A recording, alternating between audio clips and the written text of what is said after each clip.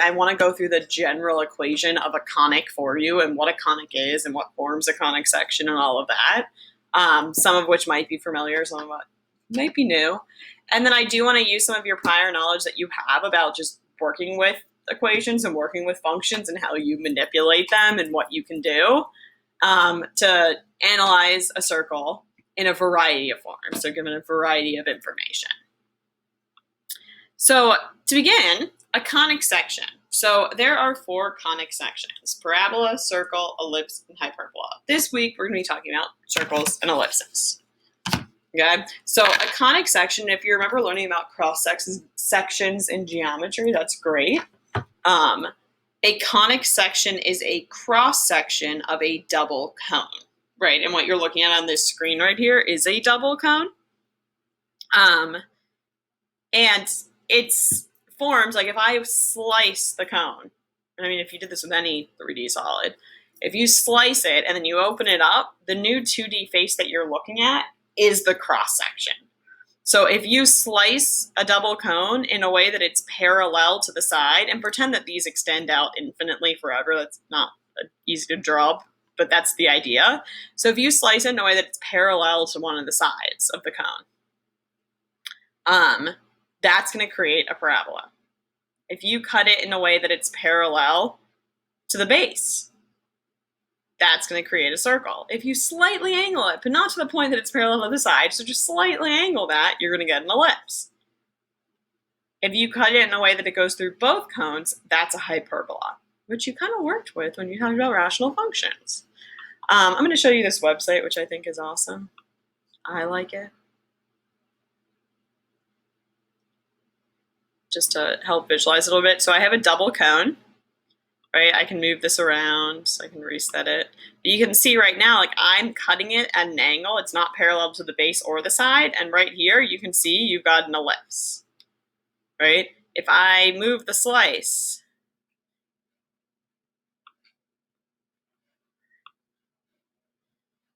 right, the circle gets bigger as it gets farther away from the apex. But this is me, I'm cutting it right now parallel to the base, you can see, right? You can even look at it like that. If I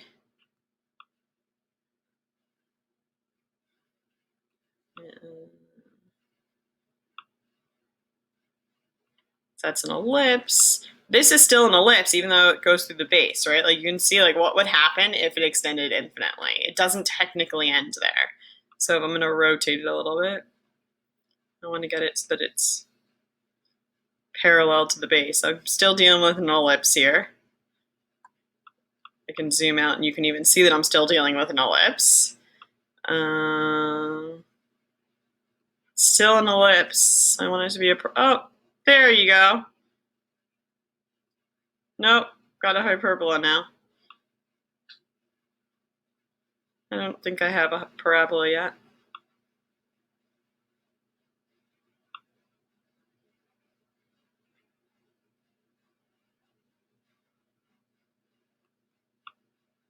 I've got a hyperbola. I'm having trouble, I don't know why.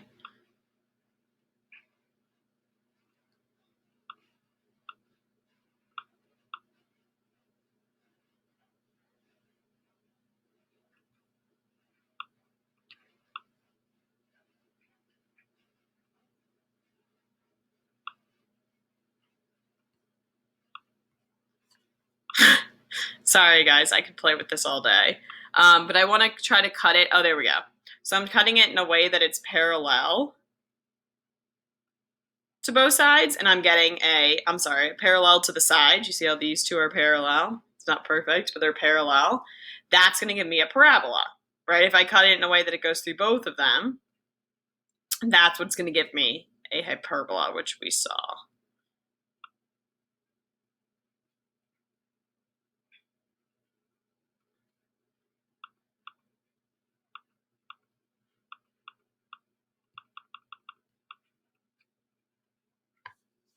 Ooh, I don't know why these buttons won't let me hit it. Can I reset the graph? Oh, there we go. Right, so that's the idea of that. Sorry, I could play with that literally all day. You can look at the other ones too. So our focus today is going to be on circles. This equation, ax squared plus bxy plus cy squared plus dx plus ey plus f, is the general equation for any conic. And then, not surprisingly, just like it works for other equations and functions, what we make a, b, c, d, e, and f, those coefficients, determines what the shape of the graph is, right? So is it a parabola? Is it a hyperbola? Is it an ellipse? Is it a circle, right? So that's what's going to determine that, and we will talk a little bit more about that. This might look familiar to you if I took this bxy away, right? If that wasn't there, so meaning if b was 0, you might say, oh, I have done it where it had an x squared term, a y squared term, and an x and a y, right? And that was what general form looked like, and then you would do something to make it look like the graphing form.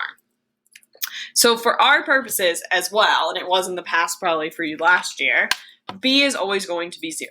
So you're never going to have that xy term. If we look closer at b squared minus 4ac, that probably seems familiar, doesn't it? Oh, isn't that the determinant? Discriminant? Wow, that was pretty bad. The discriminant, right? The discriminant, and that told you like how many solutions something had. So this is the discriminant. Oh, this has a link with quadratics, like our unit 4, doesn't it? It's gonna have a lot of links with that, right? Because this is a quadratic. This is a quadratic relationship. So if the discriminant is less than 0, if the discriminant is equal to 0, if the discriminant is greater than 0. I want you to keep in mind that b squared really isn't going to matter because it's always going to be 0. So we're really looking at negative 4ac. Well, we can even narrow this down and say, well, if ac is greater than 0, right? Oh, I divided by negative 4, so that sign flipped, right? If ac is equal to 0, and if the product of AC is less than 0, right? If you wanted to narrow it down even more, this is another way to think about it. But if you do negative 4AC and it's less than 0, these are the same. Or if AC is greater than 0, we actually have an ellipse. This is also where a circle is going to fall. In a circle, A and C are actually going to be equal to each other.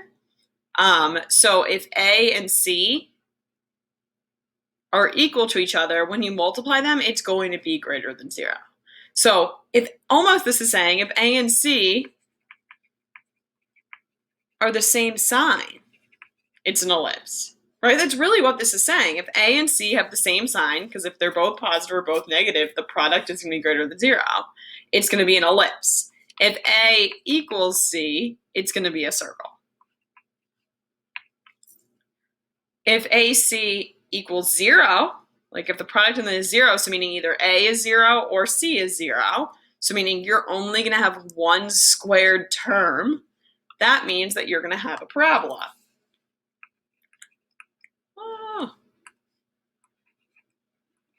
only one squared term. Right? It's either going to be x squared or y squared. And then if the product of AC is less than 0, meaning if A and C are not the same sign, they're different signs, it's a hyperbola.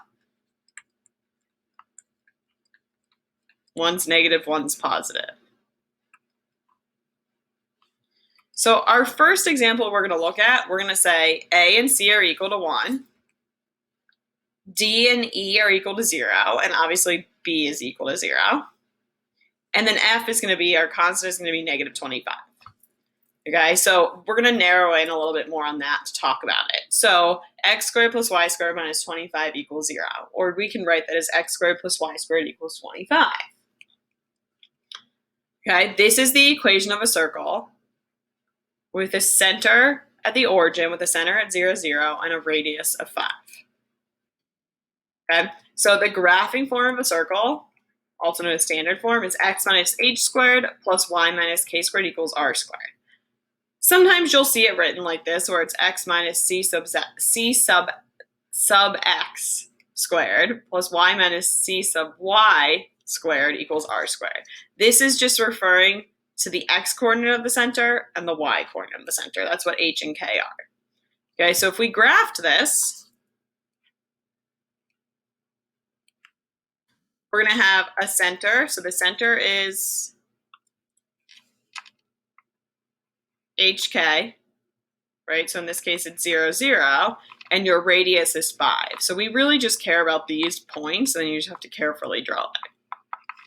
And we're going to look a little bit more of that. So, right, so we have 0, 5, 5, 0, 0, negative 5, and negative 5, 0. Think about how this is the x coordinate of your center, and this is the y coordinate of the center. So I'm really looking at change of x squared plus the change of y squared. So how you're going from the center to any point on the circle, because x and y is just a point on the circle, equals to whatever the radius is squared. Right? So if I picked this point, what is this? I'm trying to get this distance. Oh, it's the change of x plus the change of y. Oh, this is just the Pythagorean theorem. Because the radius is just a distance. The Pythagorean theorem, distance formula, maybe you remember. Okay, so think about the connections you can make there. Let's do a few. Let's do a few where we're sketching and labeling them. So here, center, 3, negative 4, right? Because it's it's x minus h, y minus k. So this is like saying minus a negative equals r squared. So then your radius is 7. 1, 2, 3, 4. So that's the center. So up 4, 5, 6, 7. 1, 2, 3, 4, 5, 6, 7. 1, 2, 3, 4, 5, 6, 7. 1, 2, 3, 4, 5, 6, 7. And then do your best to sketch it. I'm not great at it, but try to make it look like a circle. Yeah, that wasn't terrible. What about this one? What's the center here? This is interesting. No, I don't want an arrow, I want a pen. 0, negative 5. What's the radius? 3. 1, 2, 3. 1, 2, 3.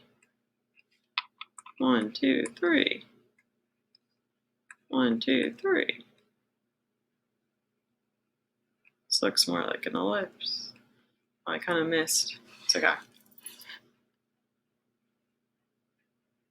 Right, so this distance would also be 3, but I'm not going to actually graph a point there. What about this one? This is different.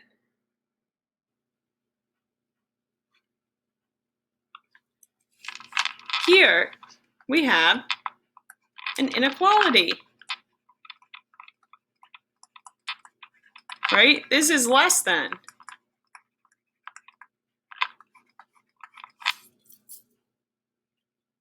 Right? So I want to talk about this circle in terms of everything, not that it's equal to 5 away from the center, but I want it to be, right? That's why I'm just drawing a line for the circle for the other one. I want to know every part of this that is less than 25, not even equal to 25, just less than 25. So I'm going to start it off the same way, and the center is negative 3, 2, and the radius is 5. Let's graph that. 1, 2, 3, negative 3, 2. 1, 2, 3, 4, 5. 1, 2, 3, 4, 5. And 1, 2, 3, 4, 5. But it's not going to equal to 25. So how do I indicate that? Right? I don't want it to be 5 away. So I'm going to make this a dotted circle to indicate that it's not actually equal to that. Less than? Oh, I'm going to shade everywhere where it's less than this. It's like as if this is a radio tower or a cell phone tower, and I'm saying you get cell phone service if you live within a radius of 5, right? Within. or if you live less than a radius of 5, right? Like you start not getting service anymore when you live 5 or more away. 5 miles, whatever it is. So that dotted line indicates like that's where it's equal to 5. That's not included, right? If it had said less than or equal to, I would have wanted to close that. If it said greater than, what would that have looked like? What about if it said greater than or equal to? Think about that. Maybe sketch yourself a picture for a moment and see. I'm going to show you. And I'm actually going to show you on Desmos.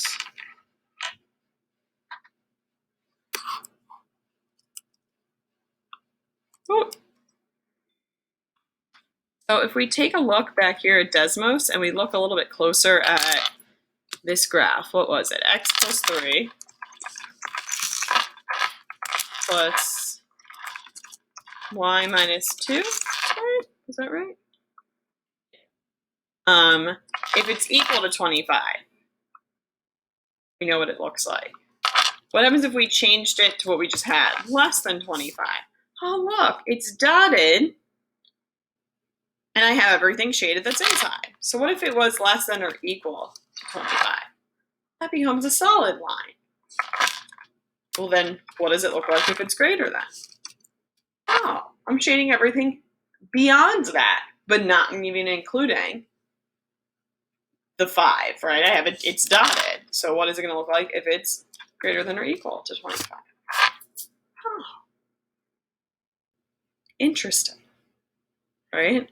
So think about what, like, make sure you're paying attention to that inequality and see, like, what is actually being indicated for us to graph and include. So that's if we're given it in standard form. What happens if we're not given something in graphing form and we need to make it graphing form so that we can analyze it, we can talk about it, and we can graph it and figure out its properties and what it's actually looking at? So we want to complete the square, right? So we're linking this with a lot with quadratics. The idea is that in order to get something into graphing form that's in expanded form, you're completing the square. So in order to do that, we want to get the constant, right? The number with no x by itself, right? So you want all of your numbers on one side, all of your variables on one side and your constant on the other side. We want to group things together so that we can complete the square, because our goal is to make it look like x something squared plus y something squared equals whatever your radius squared is, right? So I want to group my x's and group my y's. And you got to keep in mind, like, your x and your y, your squared terms should not have a coefficient. So is there something you need to divide by? Is there something you need to factor out? Ooh, that's a good word. And then we can go ahead and complete the square. I do want you to keep in mind that you need to keep something balanced. If you're doing something on the left side, you got to do it on the right side. Like, right? It's like a scale. That's my scale. You have to keep it balanced. Okay? So let's look at an example. So here we go. So we're going to go ahead and we're going to move the constant to the right side. So it gives us x squared plus y squared minus 10x plus 4y equals negative 13. I'm going to now group my x terms. X squared minus 10x plus y squared plus 4y equals negative 13. I haven't changed anything, right? I know I want this to look like x something squared, right? So I'm going to need to put something here, but I want to figure out what. Right? And then y something squared. So I want you to think about, if I want to make this a perfect square, right? If I want it to be a trinomial that's a perfect square, meaning I can say that it's, like on the warm-up we had y plus 2 quantity squared. I want that. I need those two numbers that add to the middle term, that add to be the same. So what are two numbers that add to negative 10 that are the same exact number? Negative 5. Oh, so this has to be negative 5. So what does that mean this has to be? If those two numbers we were working with were negative 5 and negative 5, I'm going to be adding 25. You got to do that over here also. What about here? What are the two numbers that add to 4 that are exactly the same? 2 and 2. Well, what does that mean you would have had to add here for it to be a perfect square? Well, 2 times 2 is 4. You got to add that over here as well.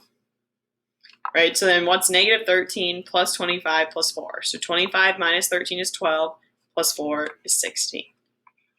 So right there is this, it's this equation, right? It's the same equation, it's just in standard form, and now I'm able to identify, oh, the center is 5, negative 2. Oh, the radius is 4.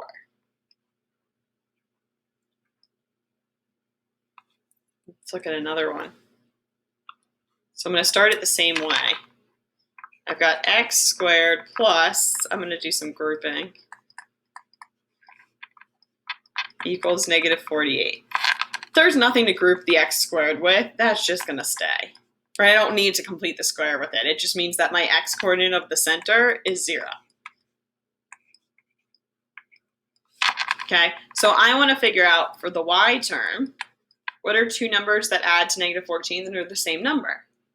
Oh, negative 7. Negative 7 plus negative 7. So I would have had to add 49 here. Got to do it on both sides. That's going to give us a 1. So that means that the center was 0, 7, and the radius was 1, because the square root of 1 is 1.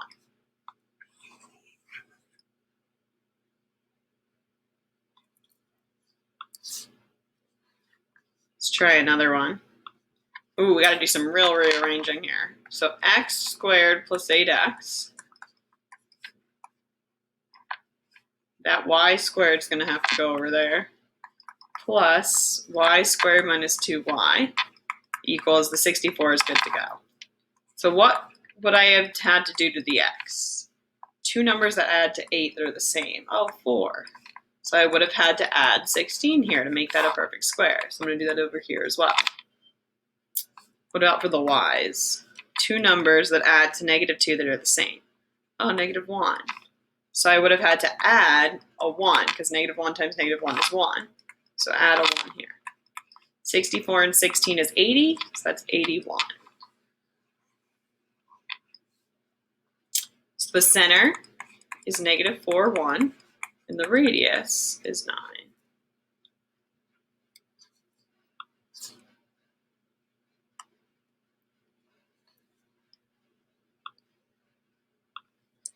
Okay, let's do some rearranging again. So you've got 2x squared plus 4x plus 2y squared minus 48y equals negative 240. Ooh, right? We talked about how you can't complete the square when you've got a coefficient here. So I'm going to go ahead and I'm going to factor it out. 2x squared plus 2x, right? That when I'm factoring out, I'm dividing. Plus, factor it out here as well, 2y squared minus 24y equals negative 240. So what's great here is these numbers are the same. So I'm going to actually go ahead and divide every piece of this by 2 to just get that out of the way. If they weren't the same, I would have to treat that a little bit differently, which we will be looking at not in this lesson, but in the next lesson. But since it's a circle and A and C are the same, right? A and C are the same, I'm able to do this. What is that? Negative 120.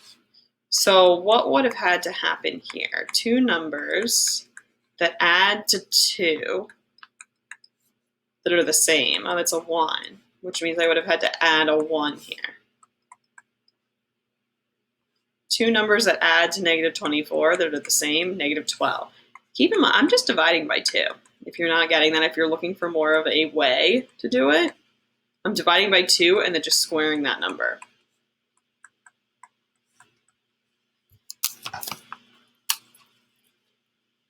Okay, so let's see, negative 120 plus 1. Whoop, I did that wrong in my calculator. Plus 144 gives me 25. I could have completed the square and then divided by the 2 later. That would have been fine. This just got it out of my way right away, so I didn't need to remember to like distribute anything back in. Negative 112, and your radius is 5. Okay, so we looked at graphing from standard form, graphing and labeling and what happens if we've got an inequality. We looked at if we're not given it in standard form, how do we get it into standard form by using an old scale, completing the square. The last thing that we're going to be looking at is we're going to look at, well, what happens if I know the center and I know a point on the circle? How do I figure out the radius, right? Like I know h and k, or the x coordinate of the center and the y coordinate of the center, but I don't know the radius. How do I figure it out? And there's a few different ways you could do this. So I have the center in this case is -4, 6. I know a point on the circle is -2, -3. Right? So I know, as we said, I know h, I know k.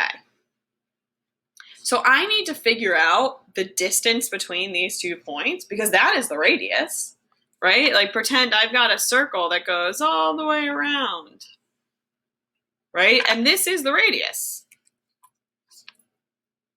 Well, I can kind of make that into a right triangle. And I can look at, well, what is this horizontal distance? What is the change? How do I go from -4 to -2? Well, it changes by 2. How do I go from -3 to 6? Like, how much up am I going? What is this distance? Well, that's 3, and then that's 6, that's 9. How do you figure out the radius? Oh, it's a right triangle. 9 squared plus 2 squared equals the radius squared. So that's going to give me 81 plus 4 is the radius squared. So 85 is going to be the radius squared. So your r is going to be whatever the square root of 85 is. But your r squared for the equation, I just got it. That's 85, and there's my equation. Another way to think about it, like what if you didn't want to graph it out for yourself, or you had trouble graphing it out for yourself? Well, you have the center. We have 4 and -6. I'm sorry, we have -4 and 6. And we have a point on the circle. We have an x and a y. Well, I can replace this x with a -2 and this y with a -3. And what happens? -2 plus 4 is 2 squared. Oh, that should look familiar. That's your changes of x. Plus -3 minus 6. Oh, that's -9 squared. Oh, that 9, that's the change of y. 4 plus 81, you're still going to get that 85 to give you that equation of x plus 4 squared plus y minus 6 squared equals 85. Right? And then you're going to get that your radius is the square root of 85.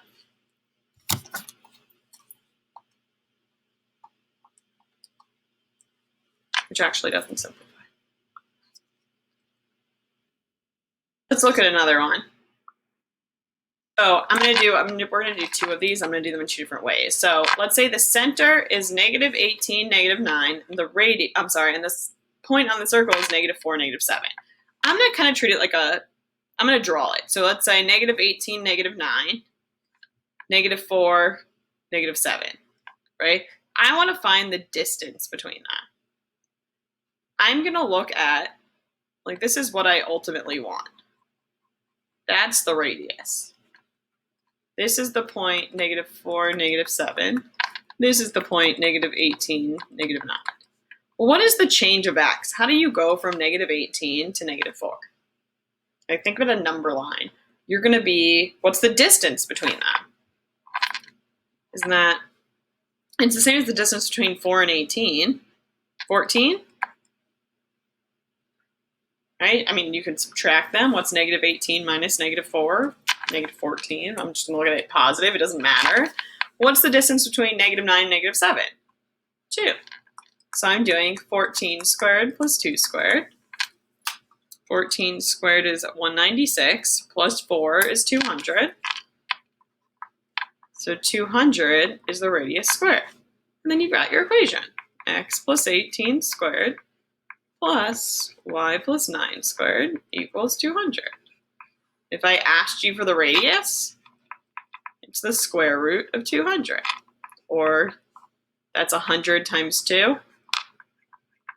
So that's going to be 10 root 2. Right? So that's more of a visual way of doing it. The other way that I was talking about doing it is I have the center and I have the radius. So I have the center and I have a point. I don't know why I keep saying that. I have x minus 4 squared plus y minus 12 squared equals r squared.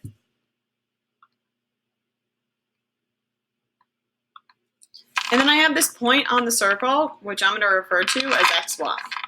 So I'm going to take negative 3 minus 4 squared plus negative 2 minus 12 squared equals r squared. It's the same thing you were doing, it's just more of an algebraic way of doing it.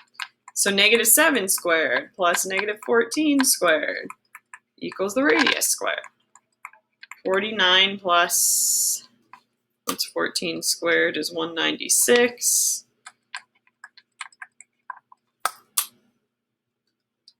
So 245 is r squared. So your equation would be x minus 4 squared plus y minus 12 squared equals 245. If I asked you for the radius, it would be the square root of 245, which, what does that simplify to? 245 is the same thing as 5 times 49, which is 7 root 5, would be the radius. So at this point, we've covered what I wanted to cover about looking at different forms and different pieces of information about circles and defining conics. I want to end with one challenge problem, which I encourage you to do because there's a link between a lot of different things that we've done in this. So follow along. You're not going to be tested on this, but I do think it's a great thing to expose yourself to. And if you have an idea, maybe pause the video and try it yourself. But what I'm going to be giving you is I'm going to give you 3 points on the circle. So we don't have the center and we don't have the radius. Okay, so we have 3 xy points. So I'm going to write out 3 equations, right? So I don't know h, I don't know k, I don't know r. So I've got 3 missing variables, but I'm going to have 3 equations. So you have negative 18 minus h squared plus negative 5 minus k squared equals r squared. I'm going to try to use a different color for each one. And then negative 7 minus h squared plus negative 16 minus k squared equals r squared. And then my last one,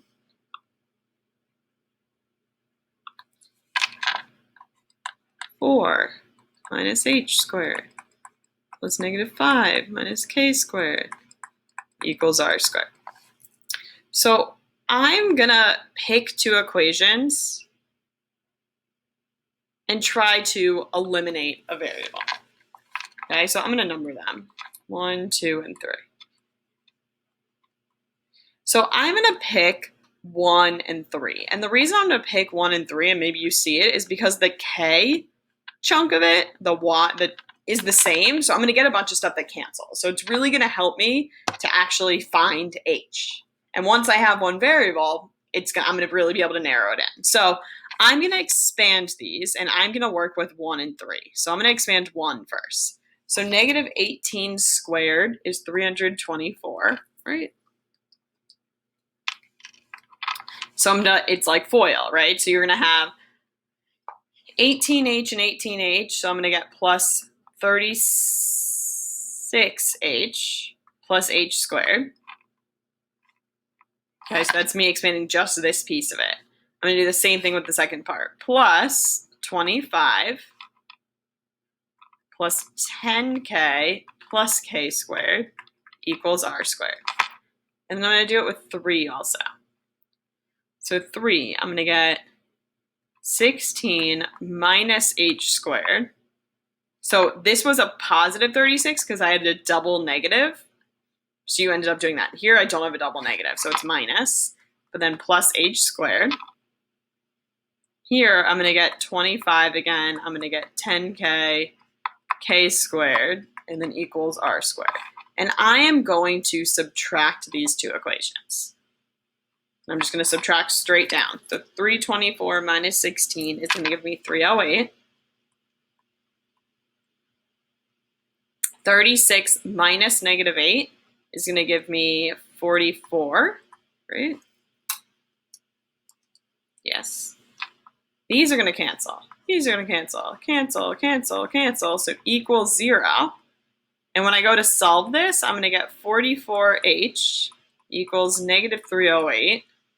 When I divide this by 44, I'm going to get the h is what?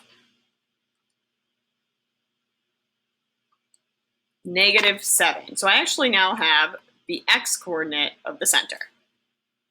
So what I'm going to do, I can't go and plug it back into 1 and 3, but I could pick any other pair to choose to work with now. I'm doing a system of equations, right? So this is really going all the way back.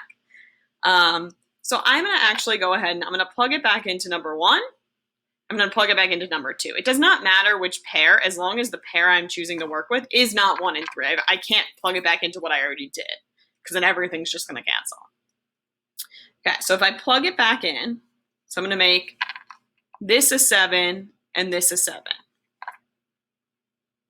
Okay, so negative 18 minus 7 squared, I'm going to get 625 plus, I'm going to expand this again. I already expanded it, but 25 plus 10k plus k squared equals r squared.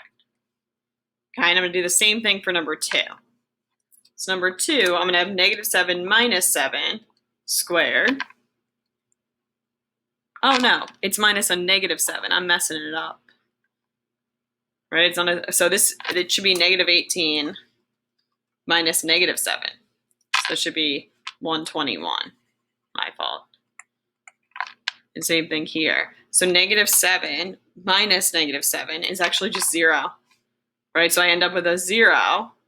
And then here I'm going to expand this. So 16, 256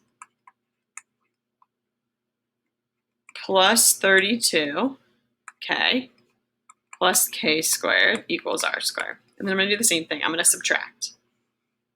So I'll do 121 plus 25 minus 256.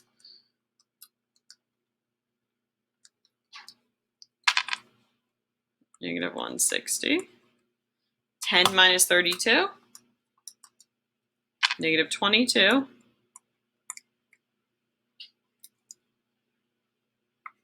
think I have it somewhere. Made a mistake somewhere. Let's see really quick. H was negative 7. So negative 18 minus negative 7 squared is 121 plus 25. Oh, this is negative 110. Sorry. 121 plus 25 minus 256 is negative 110. My fault. Equals, those cancel, so equals 0. So then negative 110 equals 22k. Divide by 22.